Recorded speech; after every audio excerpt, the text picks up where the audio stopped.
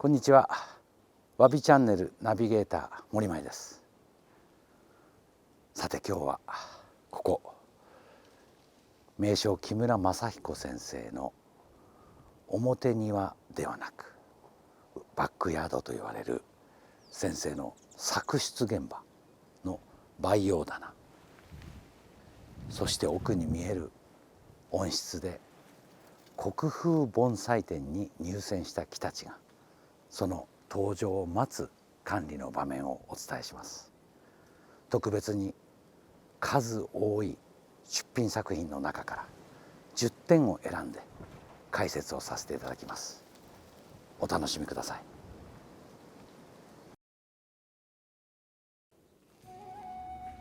い。糸魚川心拍山鳥巨木名木の作品です。捻転する幹毛、その水水の流れ、まさに龍を思わせる木です。樹齢500年とも言われるこの木は木村正彦先生の手によって栄えある国風展で最上位の評価を得ています。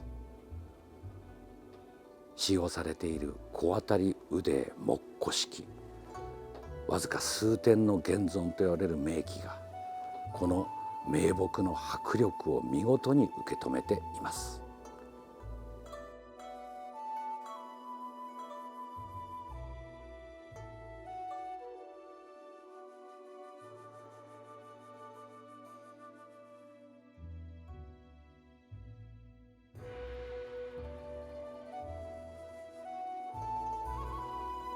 黒松の老大木です。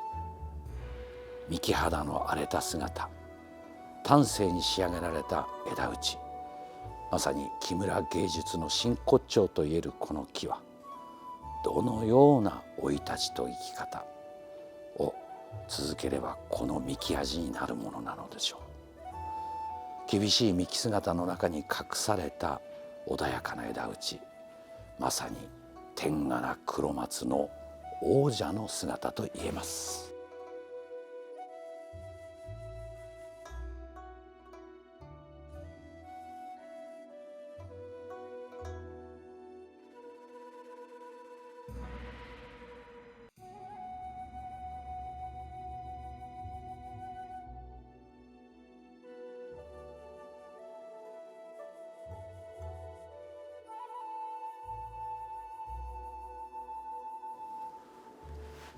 赤松の老樹、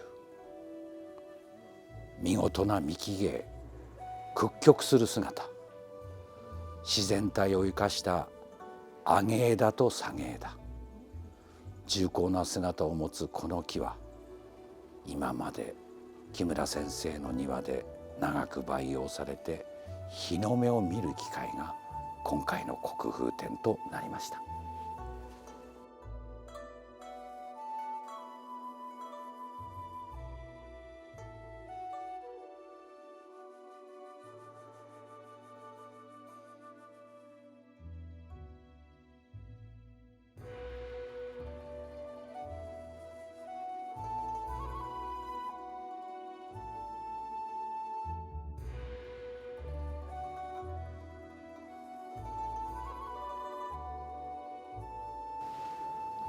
津山ヒノキの寄せ植え作品です。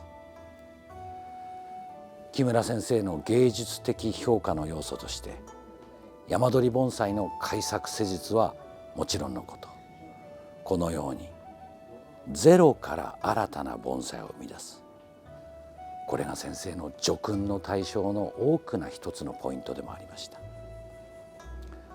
巨木でそそり立つ真の木、寄り添う二十数本の木立、まさに神木の深い森の世界を感じます。今では作ることのできない利根鞍馬石に乗せられた姿はどこか日本の山の神がいる原風景を思わせています。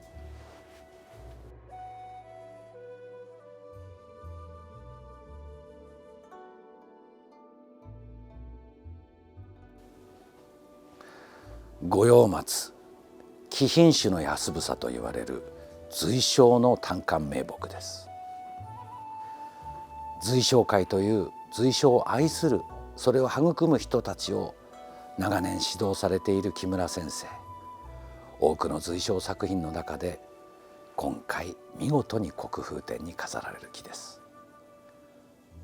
端正な木姿、完成された天下な重層が100年に満たない半世紀を超える時間で作り上げられるのは随称のみと言われる樹種です。山鳥盆栽や改作された素晴らしい盆栽が数多くある国風展ですが、一つの指し目、一つの未章から自分の人生の中で作り上げられる唯一の種類、随称。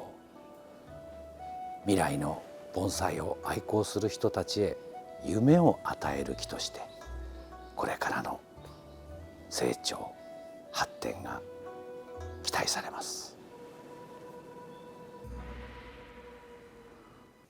糸魚川心拍の見事な捻天幹芸を持つ名品です。屈曲する幹芸、そこにあるシャリ、水水、まさに渦巻く龍が雲を突き抜けて昇るような印象すらがあります。長い年月をかけて山鳥の天然素材を人と自然と時間が作り上げた木、まさに心拍盆栽の芸術的な要素を遺憾なくその中に込めた名品と言えます。使用されている鉢も絵入りの小当たりの名木、絵付けの鉢の使いやすさ、使う難しさはこのような心拍盆栽ならではの見事な写し映えと言えます。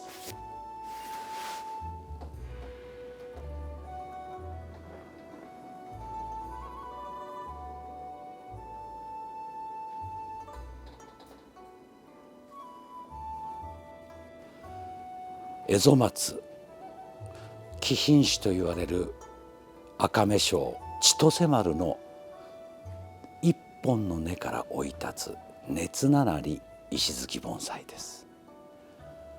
つい最近まで鉢に植えて長年木村先生が育んだ木、国風展に向けて利根鞍馬石に合わせることで大きな広がりを持つ、まさに北の大地の深い森を見事に表現されています。50年70年前、一目数万と言われた千歳丸、金額ではなくその一目の木がこのような作品になる。盆栽は多種多様に楽しみ方、歳月が作り上げる芸術でもあります。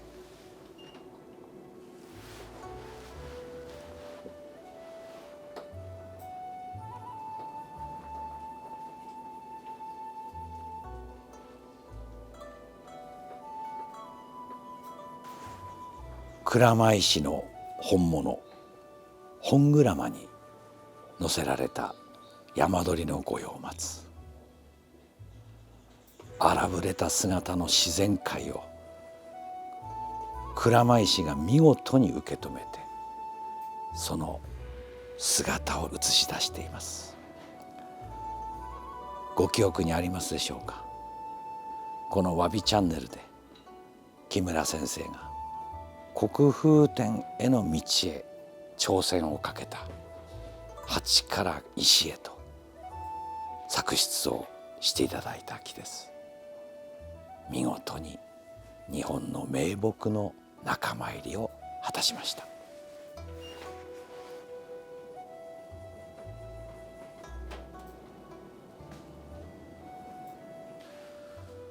黒松の荒ぶれた幹肌を見せる見事な県外盆栽です。立ち上がり、サバ感を抱きながら懸垂する。そして命をつなごうとまた天へ向かって葉を広げる。厳しい生き方を映し出す県外盆栽の手本といえるようなこの木は、鉢合わせ木の姿、まさに木村先生の腕によって完成度抜群の姿となって国風展へ登場します。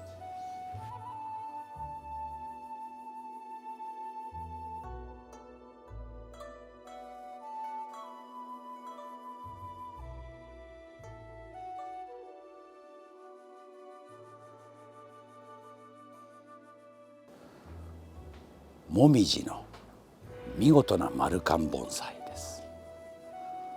春の芽出しが深紅の灰色を見せる清源、もみじの貴品種といわれるこの種類の木は海外での圧倒的な人気で、その購買欲が強く国内の名品が激減しています。枝先の振り降りる枝姿はハサミ作りと持ち込みが生み出すもので、美しい肌合いとともにこの種を代表する一種と言えます。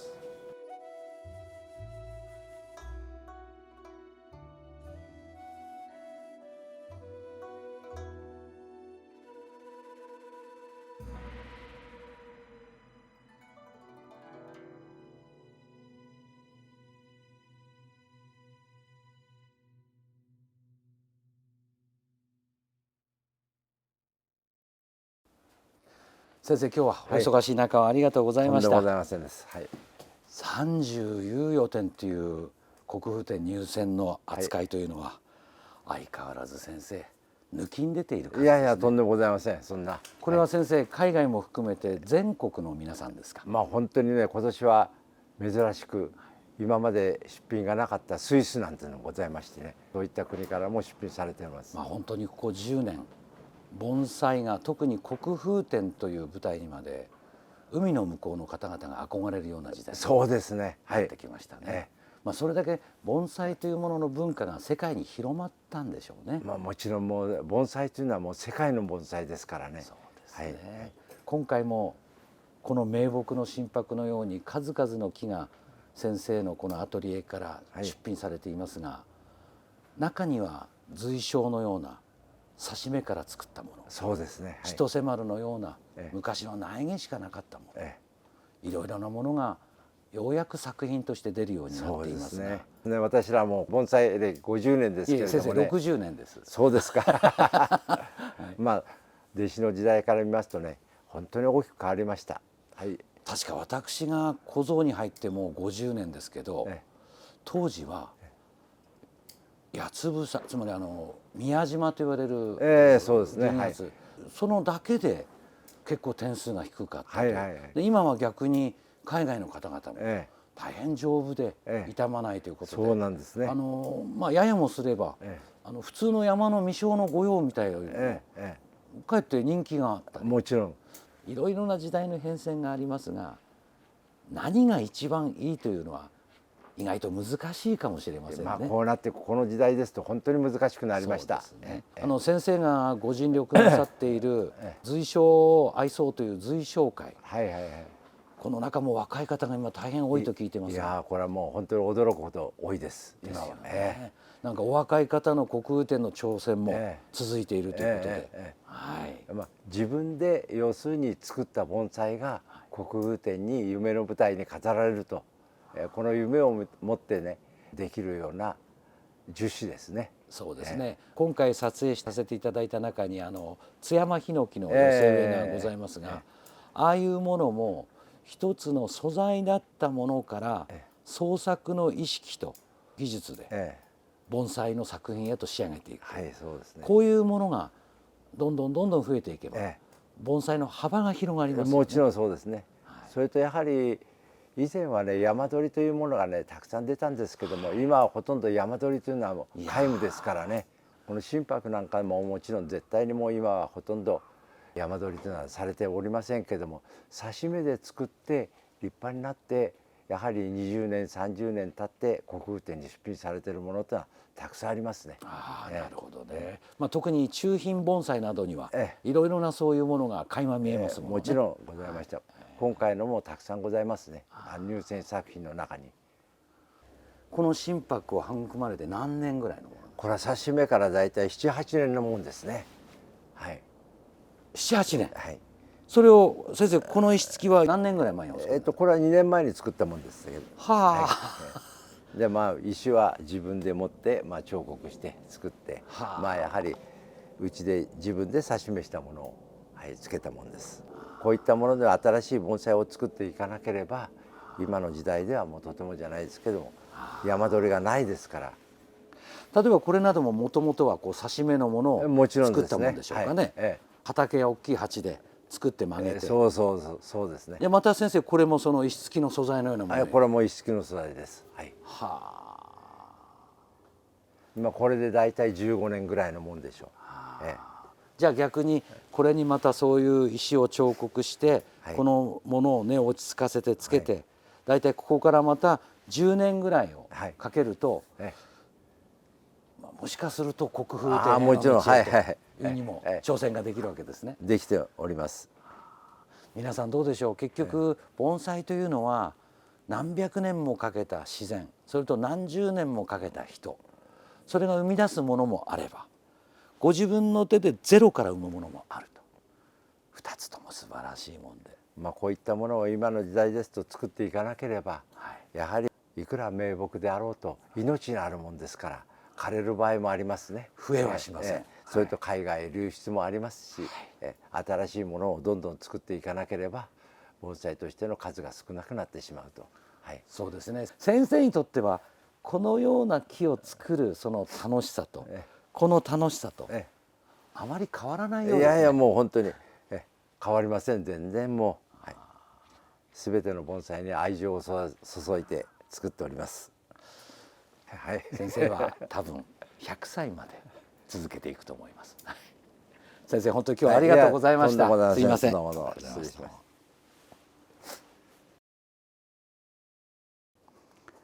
いかがだったでしょうか。今年の国風展の舞台の結果、木村先生のところで夢の舞台へ運ぶのを待つ木々たち、その中から10点を選んでご紹介しました。時代の変化でその時々の国風展への顔も変わっていきます。変わらないのはもちろん古来名木と言われる山鳥盆栽。しかしその中でもいろいろな樹種、いろいろな人気、これが徐々に変えていきます。特に先ほどの木村先生のお話でもあったように、海外の方々の盆栽に対するレベル、考え、これは大変高くなってきて、私たち日本人もしっかりしないといけないなと思うことが多いです。一点一点のご紹介、それと木村先生のお話、楽しんでいただけたでしょうか。もしこのチャンネルアーカイブも含めてお楽しみいただけるようでしたら、ぜひチャンネル登録をよろしくお願いします。ありがとうございました。